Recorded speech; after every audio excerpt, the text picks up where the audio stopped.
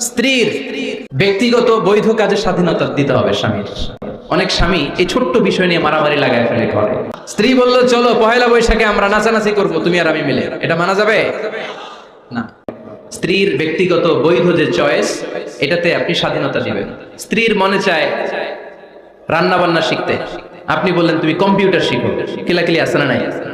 স্ত্রীর মনে চায় কাঁথা সেলাই শিখতে, নকশি কাঁথা, আপনি বললেন না তুমি ল্যাঙ্গুয়েজ শিখো, ঝামেলা আছে না নাই?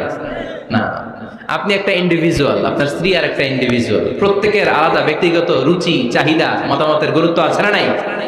এজন্য প্রত্যেক স্বামীর উচিত স্ত্রীর বৈধ ব্যক্তিগত যে কাজ, অবৈধগুলো না আবার। স্ত্রী বলল যে জি বাংলা দেখবো, তুমি একটা টিভি নিয়ে আসো, আনা যাবে? কথা বলেন।